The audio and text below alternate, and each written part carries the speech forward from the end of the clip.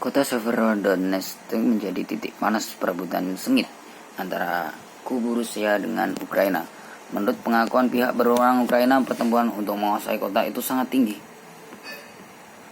Sebagaimana diberitakan CNN, jembatan ketiga dari 3 jembatan utama Severodonetsk dinilai tak bisa digunakan oleh kepala administrasi regional kota itu Senin 13 Juni lusa. Cara untuk terhubung dengan kota cukup sulit, tetapi masih bisa dilakukan, ujar Kepala Administrasi Militer Severodonetsk, Oleksandr Struik. Selain itu, Kepala Administrasi Militer Luhansk Serhiy Haidai mengatakan bahwa 2 batalion teknis Rusia baru bahkan ditempatkan ke wilayah tersebut. Ia juga menegaskan pasukan Rusia terus berupaya menyudutkan pasukan Ukraina di kota Severodonetsk dan Lysychansk. Lantas apa yang menyebabkan kota Severodonetsk penting untuk dikuasai pasukan Rusia? Reuters melaporkan Rusia bakal menguasai seluruh wilayah Luhansk jika Kremlin berhasil menguasai Severodonetsk dan kota Lysychansk. Kekuasaan Luhansk menjadikan provinsi itu sebagai provinsi Donbas pertama di Ukraina yang dikuasai Kremlin. Provinsi Donbas lain yang masih menjadi perebutan adalah Donetsk.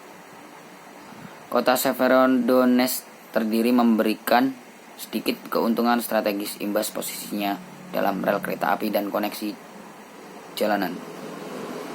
Walaupun begitu, kekuasaan Kremlin atas Severodonetsk bakal mendukung kepentingan politik Rusia.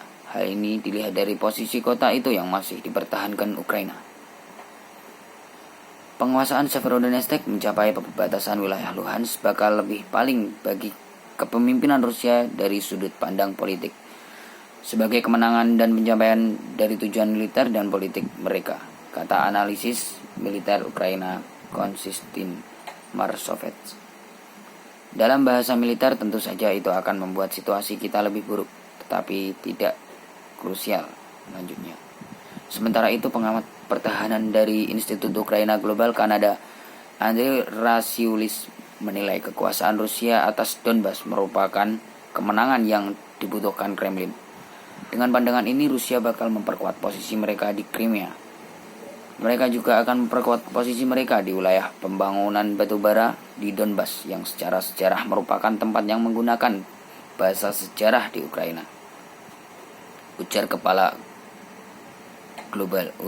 Global News.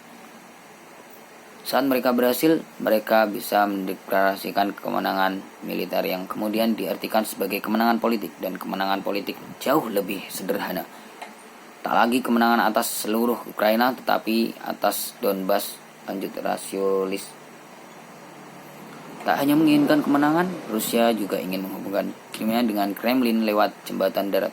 Wilayah Donbas dinilai dapat menjadi jembatan darat tersebut, dikutip dari CNBC. Dari Jakarta, Ditya Eko Farhana melaporkan. Terima kasih.